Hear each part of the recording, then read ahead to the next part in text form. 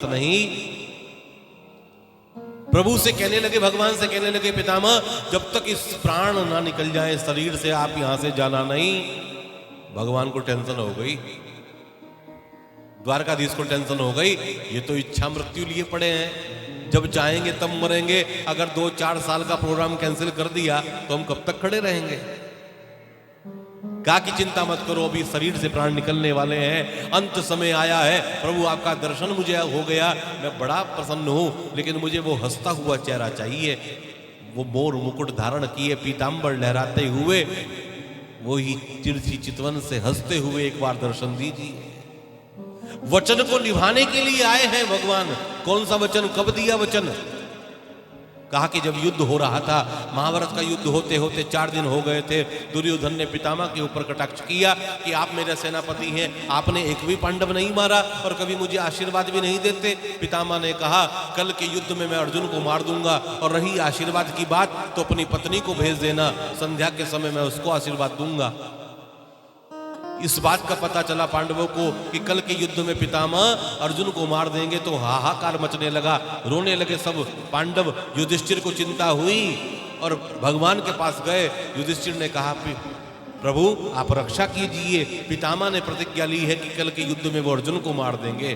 कहा कि अर्जुन कहाँ है? कि अपने शिविर में होगा। शिविर में जाकर देखा भगवान ने, युधिष्ठिर आदि पांडवों ने, तो अर्जुन सो रहा है। भगवान कहने लगे, लो जी, जिसकी मृत्यु सिर पर हो उसको नींद आ रही है। उठाया अर्जुन को, आंख मसलता हुआ अर्जुन उठा और कहने लगा, क्या बात है भगवान, क्या बात है माधव, सारा दिन थक जाता हूं, रात्रि में विश्राम कर रहा हूं, कहा तुम्हें नींद आ रही है? अरे कल के युद्ध में तुम्हें मार दिया जाएगा, तुम्हें नींद आ रही है? अर्जुन कहने लगा, जिसको बचाने वाला जाग रहा हो उसको सोने में क्या दिक्कत है। और इतना कहकर अर्जुन पुनः सो गए। प्रभु आप देख लेना,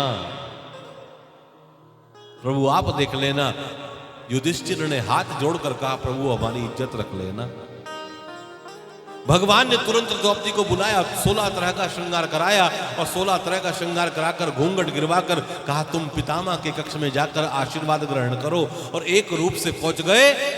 दुर्योधन की पत्नी भी चली है संध्या के समय, भानुमति ने प्रणाम किया भगवान को, प्रणाम स्वीकार किया कि कहां जा रही हो? पितामह के कक्ष में। कि हद है तुम लोगों से, अरे सारा दिन युद्ध करते हैं पितामह, संध्या के समय अपने भजन में बैठे हैं, अब तो उनको भजन करने दो, प्रातःकाल जल्दी उठकर आशीर्वाद ले लेना। भानुमति को लौटा दिया और द्रौपदी को कक्ष में भेज दिया और कहा, रुको, अपने जूते उतारो। द्रौपदी के जूते उतरवाए, अपने पीताम्बर में लपेटकर एक वृक्ष के नीचे खड़े हो गए और कहने लगे, देखो जाकर आशीर्वाद ग्रहण करना, और जब तक आशीर्वाद ना दे दे तो घूंघट मत उठाना, और तुम पकड़ी भी जाओ तो मेरे विषय में मत बताना कि मैं लेकर आया हूं तुम्हें। छिपकर खड़े हो गई द्रौपदी अंदर। पितामह अपने भजन से उठे और सिर पर हाथ रख दिया, कहा, सौभाग्यवती भव। जैसे ही घूंघट उठाया, कहा कि द्रौपदी तू कैसे आ गई? तो मानो द्रौपदी के नेत्रों में जल भर आया। द्रौपदी कहने लगी, क्यों? इस आशीर्वाद के लायक मैं नहीं हूं क्या? पितामह के नेत्रों में जल भर आया और कहने लगे, पितामह इस आशीर्वाद के लायक ही तू है, लेकिन अब मुझे जल्दी से वो बता दे, वो छलिया कहाँ है, वो कन्हैया कहाँ है, वो गोविंद कहाँ है, वो ठाकुर कहाँ है, वो जगदीश कहाँ है? इशारा कर दिया बाहर की तरफ। दौड़े हुए गए तो एक पीताम्बर में लपेटे हुए जूते लेकर खड़े हैं अपने भक्त के। दंडवत प्रणाम किया पितामह ने, दंडवत प्रणाम किया और कहा कि महाराज कल क्या युद्ध में होगा मुझे नहीं पता, मैं नहीं जानता कल क्या होगा प्रभु, लेकिन अंत समय में मेरी बुद्धि आपको याद कर पाए या ना कर पाए, प्रभु आप मुझे याद कर लेना, प्रभु आप मुझे याद कर लेना, प्रभु आप मेरा ध्यान कर लेना। अरे जिस बच्चे का हाथ पिता ने पकड़ा हो वो बच्चा कभी खो नहीं सकता। एक मेले में एक बच्चा गया, पिता का हाथ पकड़ा था, तो हाथ छूट भी सकता है, लेकिन पिता ने अगर बच्चे का हाथ पकड़ा है तो हाथ छूटने वाला नहीं।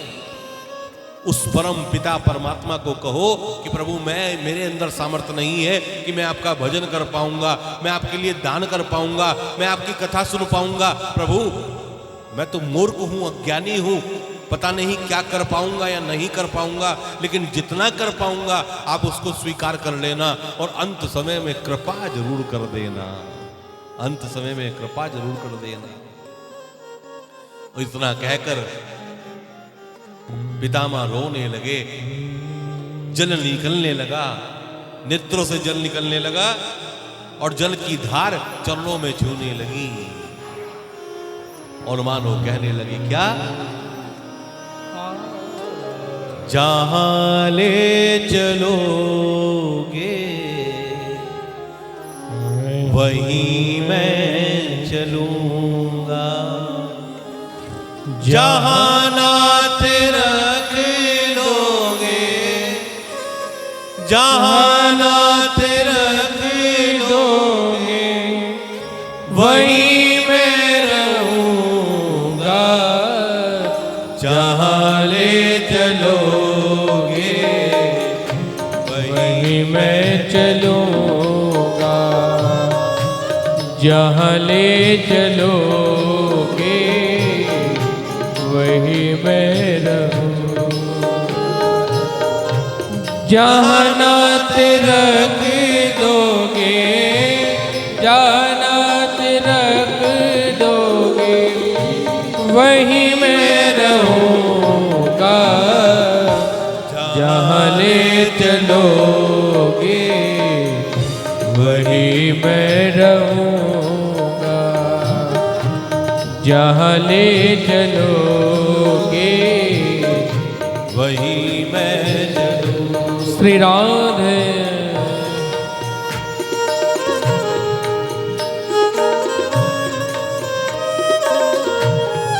जय हो।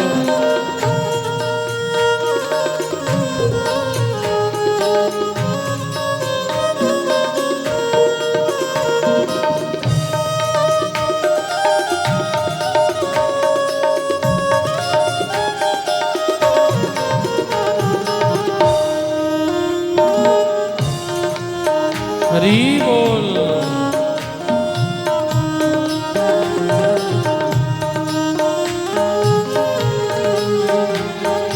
तुम्हें छोड़ कर ना, तुम्हें छोड़ कर ना कैसे रहूंगा, जहाँ ले चलोगे वही मैं चलूंगा, जहाँ ले चलोगे वही मैं चलूंगा।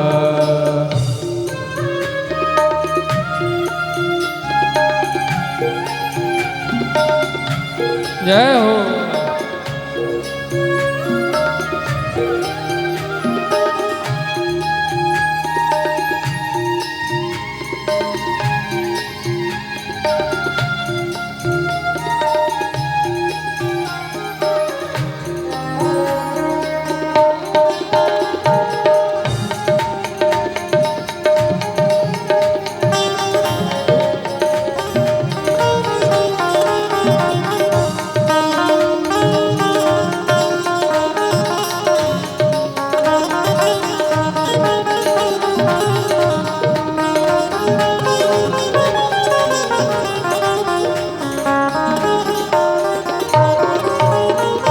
न कोई शिकायत न कोई अर्जी, कर लो करा लो है जो तेरी मर्जी।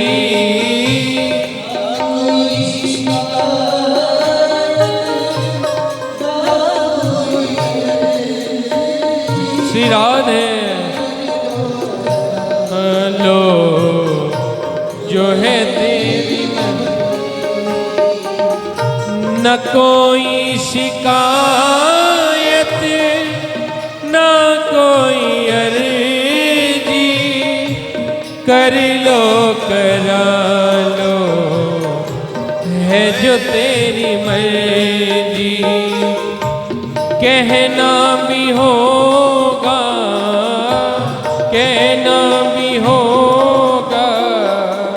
तुम्ही से कहूँगा, जहाँ ले चलोगे वहीं मैं चलूँगा, जहाँ ले चलोगे वहीं मैं चलूँगा, जहाँ ले चलोगे वहीं मैं चलूँगा, जहाँ ले चलोगे वहीं मैं चलूँगा।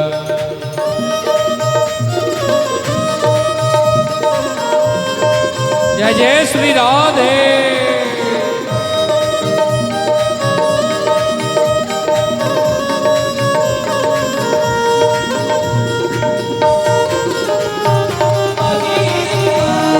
जय हो।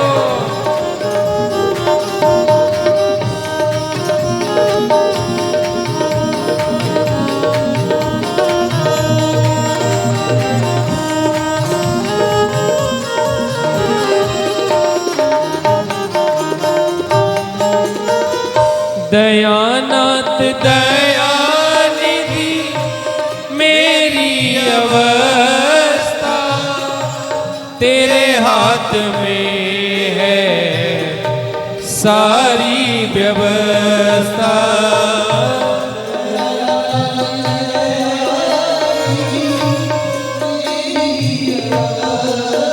श्री राधे हाथ में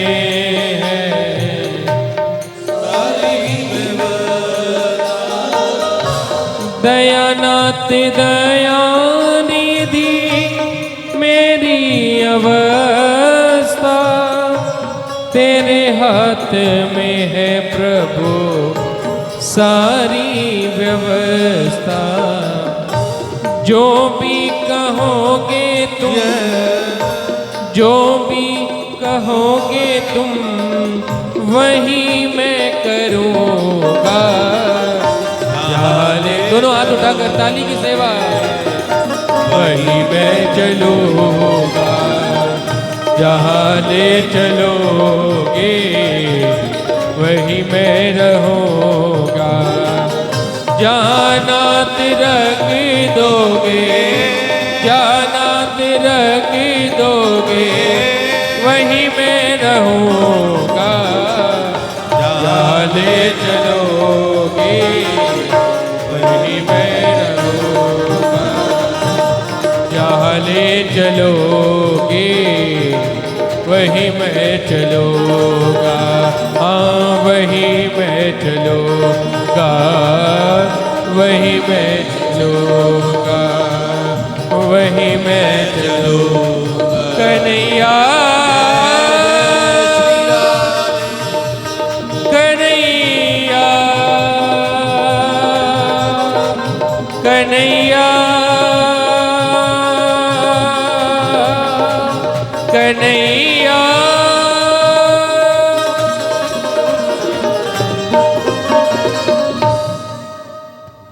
जहां ले चलोगे वहीं मैं चलूंगा। सौंप दो अपने जीवन की गाड़ी को परमात्मा के चरणों में। प्रभु मुझे नहीं पता क्या करना है, अंत समय कैसा होगा, प्रभु आप मुझे याद कर लेना। मैं याद कर पाऊं ना कर पाऊं, प्रभु आप मुझे याद कर लेना। उसी वचन को निभाने के लिए सामने आकर खड़े हो गए। कहा कि मेरी बुद्धि, मेरी मति, मेरी कन्या मैं आपको सौंपना चाहता हूं। ना ये दाम में बसी ना चाम में फंसी, ये बिल्कुल कुंवारी है, इसका विवाह मैं आपसे करना चाहता हूं।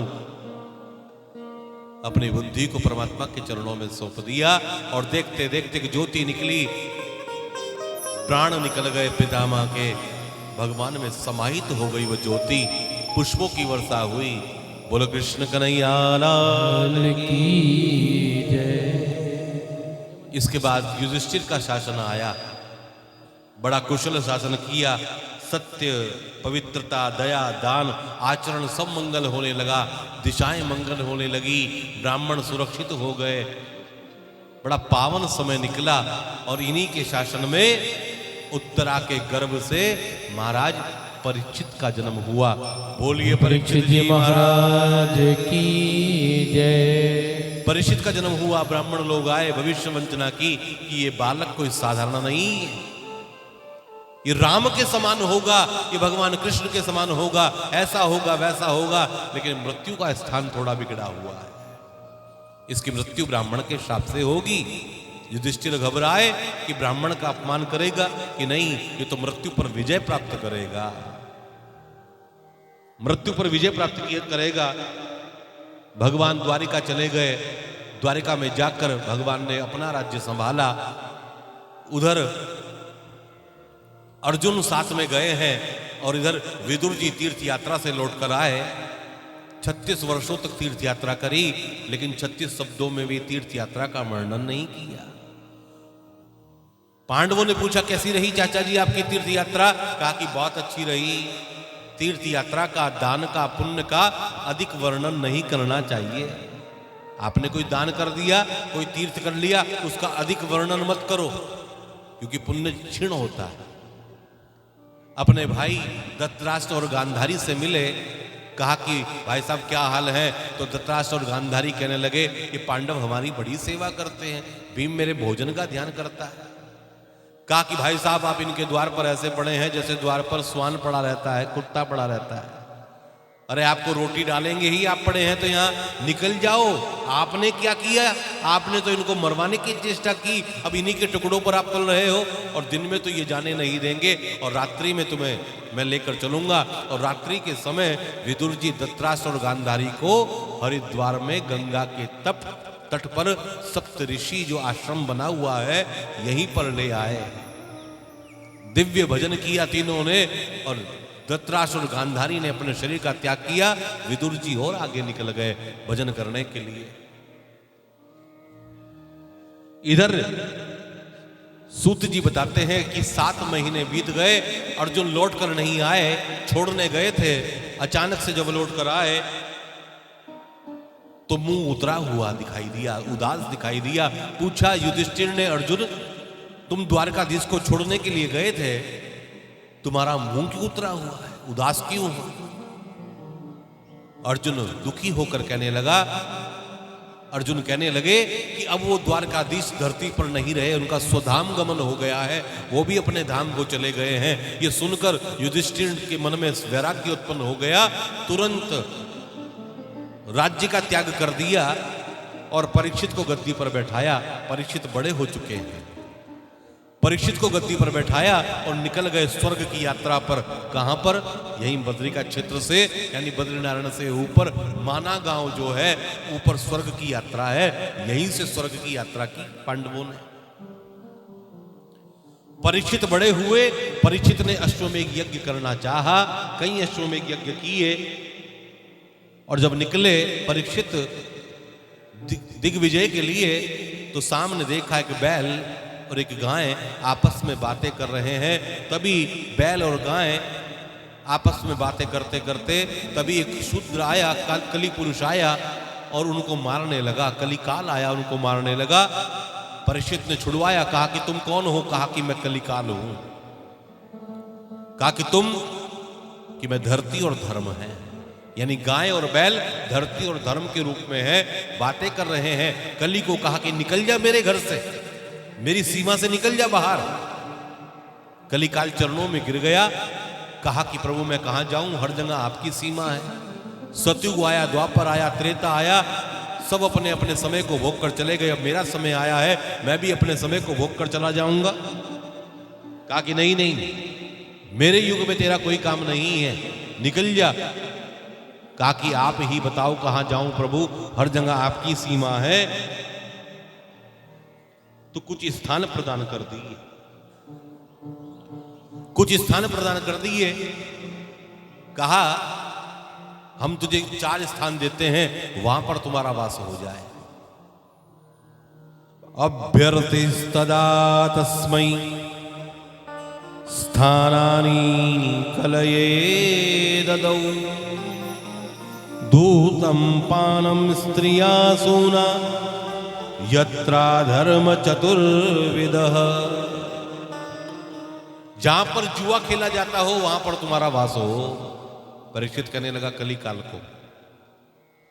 जहां पर मदिरा पान होता हो वहां तुम्हारा वास हो।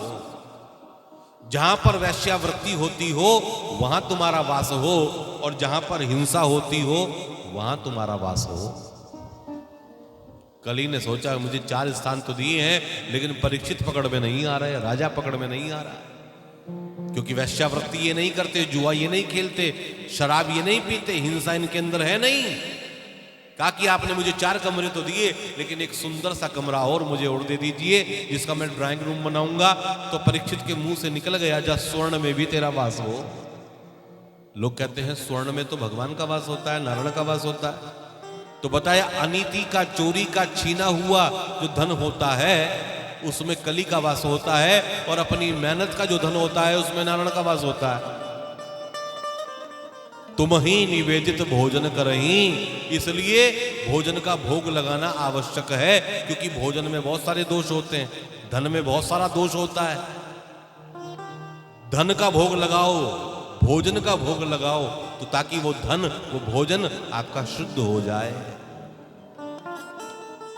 और जैसे ही कहा स्वर्ण में तेरा वास हो, परीक्षित का जो मुकुट था वो स्वर्ण का ही था, उसमें वास हो गया। कली का जो वास हुआ, बुद्धि बिगड़ने लगी। बुद्धि जो बिगड़ रही, आगे चले समीक ऋषि का आश्रम आया। समीक ऋषि आंखें बंद कर कर बैठकर भजन कर रहे हैं, तपस्या कर रहे हैं। तभी देखा परीक्षित को प्यास लगी, प्यास के कारण आश्रम में गए, और लगा कि मुझे देखकर ऋषि ने जानबूझकर आंखें बंद कर ली। तो मरा हुआ सर्प उठाया अपने बाण से और गले में डाल दिया। समीक ऋषि के इस दृश्य को बालक ने देखा, और बालक ने जाकर शंगी से, यानी समीक ऋषि के पुत्र शंगी से जाकर कहा, जो नदी में स्नान कर रहा था, कि तेरे पिता के गले में मरा हुआ सर्प डाल दिया। फिर क्या जल लिया हाथ में शंगी ने और शाप दे दिया। शाप जो दिया, शाप क्या दिया? इति लंघित मर्यादम तक्षक सप्तमेहनि। हे राजन, तू धरती पर रहे, आकाश में रहे, पाताल में रहे, कहीं भी रहे, जो सर्प तूने मेरे पिता के गले में डाला है वही सर्प तक्षक बनकर तुझे दंश करेगा, तेरी मृत्यु का कारण बनेगा। इतना कहकर जल छोड़ दिया और आकर अपने पिता से चिपट कर रोने लगा। सर्प को उतारा, समीक ऋषि की आंखें खुली, सारी घटना बताई कि राजा आया था और आपके गले में मरा हुआ सर्प डाल दिया, लेकिन मैंने उसको शाप दे दिया। पिता ने कहा ये तुमने अच्छा नहीं किया, अरे वो तो धर्मात्मा राजा है, तुमने उसको शाप दे दिया। बिना विचारे जो करे सो पाछे पछताए, काम बिगाड़े आपने जग में होत असाए।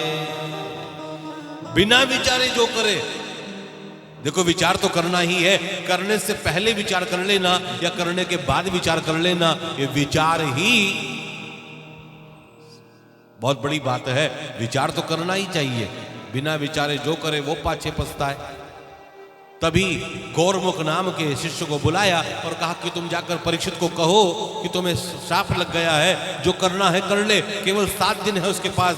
परीक्षित अपने भवन में गए, मुकुट को उतारा तो अपनी गलती का भान हुआ, क्योंकि कली काल का जो वास है मुकुट में है, स्वर्ण में है, और अनीति के धन में है, छीने हुए धन में है। परीक्षित का जो मुकुट है वो जरासंध का मुकुट है, क्योंकि पहले राजाओं को जीत कर उनके मुकुट को राजकोष में जमा कर लिया जाता था। तो उसी मुकुट को धारण कर कर गए थे। जब मुकुट अलग हुआ तो बुद्धि काम करने लगी, कहा मुझसे गलती हुई है, क्या करना चाहिए। तभी शिष्य आया, शिष्य आकर कहने लगा कि आपको शाप लग गया, 7वें दिन आपकी मृत्यु है, जो करना हो कर लो। फिर क्या था, अपने पुत्र जनमेजय को बुलाया, गद्दी पर बैठाया, साधारण से वस्त्र पहने, और मां गंगा के तट शुकताल में, मुजफ्फरनगर के पास जो शुकताल है वहां पर आकर परीक्षित बैठ गया। बड़े बड़े ऋषि आने लगे, महर्षि आने लगे, और सुखदेव भगवान वहां प्रकट हो गए। बोलिए सुखदेव भगवान की जय। सुखदेव भगवान वहां आए, सब हाथ जोड़कर खड़े हो गए सुखदेव भगवान को देखकर। सुखदेव भगवान को देखकर सब वहां खड़े हो गए। और हाथ जोड़कर खड़े हैं, क्योंकि देख रहे हैं कि सुखदेव तो कहीं जाते जाते नहीं है, पहली बार सुखदेव जी आए हैं। सुखदेव जी ने सबको बैठाया, स्वयं आसन पर बैठे। परीक्षित ने कहा, प्रभु मेरे दो प्रश्न हैं, प्राणी मात्र का कर्तव्य क्या है और जिसकी मृत्यु सन्निकट हो उसको क्या करना चाहिए। बड़े प्रसन्न हुए सुखदेव जी। कहा, तेरे जो प्रश्न हैं जगत के कल्याण के लिए हैं, तेरे मैं उत्तर दूंगा। प्रश्नों के इसीलिए मैं आया हूं, लेकिन आज नहीं, कल 11 बजे से उत्तर देंगे। सुखदेव जी जो कल उत्तर देंगे वो 11 बजे से देंगे। आज कथा का समय पूरा हो चुका है। आज की कथा को हम यही विश्राम देने जा रहे हैं। भाई सीरियल भी तो ऐसे ही पूरा होता है, हम भी कभी कभी सीरियल देख लेते हैं। अगला पार्ट क्या होगा, जब तक ये